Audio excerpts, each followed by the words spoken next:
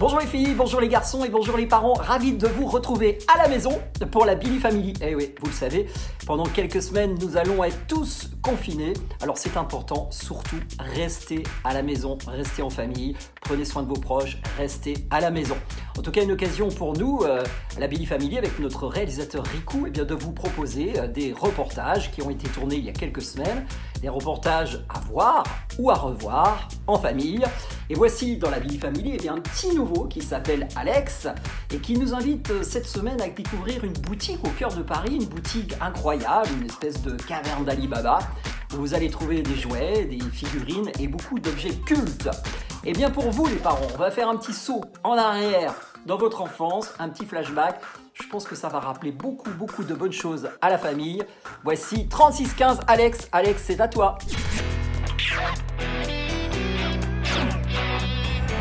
Oui, Billy, pour cette première dans la Billy Family, j'ai vu les choses en grand et je voulais dégoter une vraie caverne d'Ali Baba. On est dans une boutique qui s'appelle Lulu Berlu, pas très loin de République à Paris, et je vais vous emmener découvrir ça à l'intérieur, vous n'allez pas en croire vos yeux.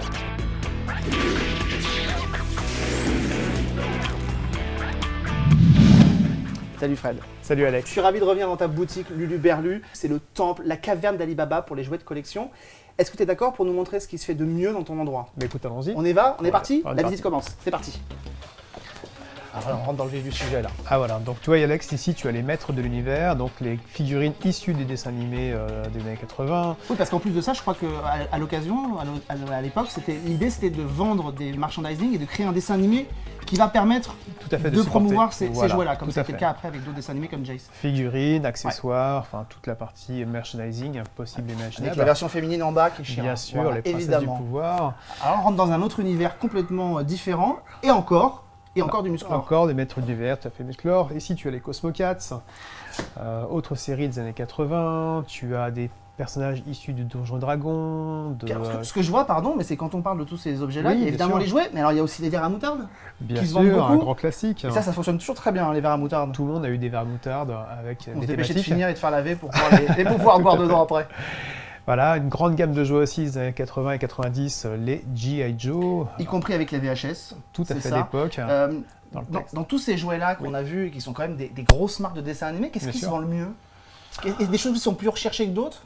Tu as des thèmes forts, les maîtres de l'univers entre autres sont des thèmes forts puisqu'ils ont tout enfant qui a grandi entre 83 et 87, on va dire, a eu des maîtres de l'univers entre Ouais. les mains.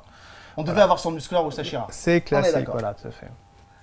Et les G.I. Joe, eux, ont perduré de 86 à après milieu de 90. Mais qu'est-ce qui crée la rareté et du coup le prix de ces figurines? Parce qu'on imagine que le prix varie en fonction peut-être d'une demande, d'une rareté du Alors, jouet. il y a deux choses. Il y a la demande déjà, et surtout la condition du jouet. C'est-à-dire que plus un jouet est proche de son emballage, de son état d'origine, il dit qu'il est neuf, ce qui est rare puisqu'il n'est pas censé avoir traversé les années comme ça.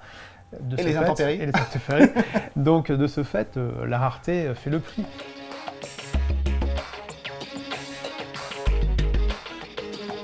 Alors on se fait plaisir avec les séries d'époque, mais il y a les séries nouvelles aussi. Bien Alors sûr. on peut avancer un petit peu par là-bas, j'ai vu qu'il y avait un petit peu du Breaking Bad.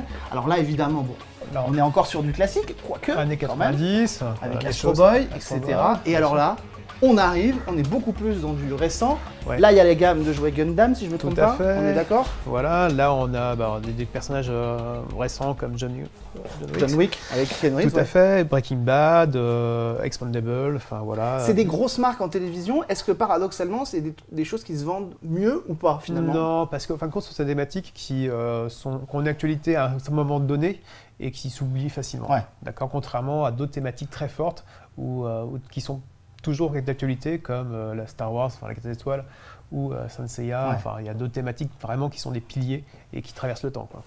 On va vous confier un petit secret, alors vraiment restez concentrés. C'est quoi la pièce maîtresse de cette boutique? Est-ce que tu la connais? Est-ce que tu l'as particulièrement en mémoire? La chose qui est, voilà, c'est le Saint Graal.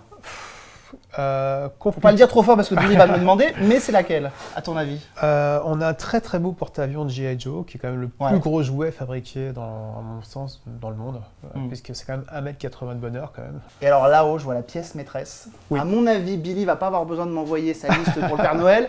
Je crois que ça, le Goldorak qui est là-haut, Ouais. ça va être sa cam tout de suite. Il est mis en haut, c'est une pièce maîtresse, hein, on peut le dire. Elle est bien mise là-haut, elle est bien en vue, on peut pas rater Goldorak et Actarus à côté. Ouais, ça c'est vrai. Et les masques de Albator, ça aussi c'est cadeau, c'est pour toi Billy. Viens faire un tour chez Luluberlu, tu vas voir, tu vas te régaler. 3615 Alex, merci beaucoup Alex. En tout cas pour ce beau reportage chez Luluberlu à Paris. Tu reviens quand tu veux dans la Billy Family. Regardez, en parlant de souvenirs et de nostalgie, regardez, voici venu le temps des rires et des chants. Dans l'île aux enfants, c'est tous les jours le printemps. Eh oui, rappelez-vous Casimir, nos amis Casimir. Un ouvrage chez Hors Collection formidable. Christophe Izard, le créateur de l'émission L'île aux enfants. Yves Brunier, le papa de Casimir, bien sûr. Pierre-Alec Bédiard et Arnaud Magnier ont signé cet ouvrage formidable. Retrouvez plus de 1000 documents inédits, variés, des objets, des magazines, des dessins incroyables, exclusifs. Nos amis Casimir, c'est le coup de cœur de la Billy Family. Et je voulais vous dire que nous allons nous retrouver régulièrement pendant cette période un petit peu particulière, plusieurs fois par semaine, je l'espère. En tout cas, vous pouvez nous suivre, bien sûr, sur les réseaux sociaux, sur Facebook, mais également sur YouTube. N'oubliez pas de mettre la petite sonnette, la petite alarme, et puis sur Instagram pour de belles photos, de beaux contenus, de belles vidéos. En tout cas, je voulais vous dire de prendre soin de vous, bien sûr, de rester à la maison, de rester en famille. Et on se retrouve très très vite pour de nouvelles aventures dans la Billy Family. Je vous embrasse très fort. Bisous, bisous, bisous.